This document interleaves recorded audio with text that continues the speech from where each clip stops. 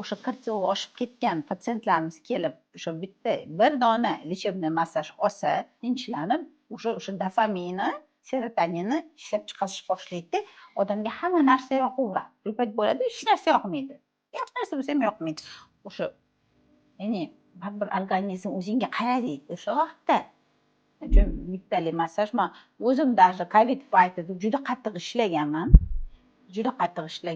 O'zim qidirib chiqqanman massaj qiladigan joylarni. Chunki o'zim qilolmayman, qidirib chiqqanman. O'sha bitta yangi ochilgan otel bor ekan, massajistlaringlar bormi deyapman. O'zim massajman. Bor deyishgan, bir ikkita rus ayol bor ekan, borganman. Shunaqa qattiq charchaganman. Endi hamma joy yopiq.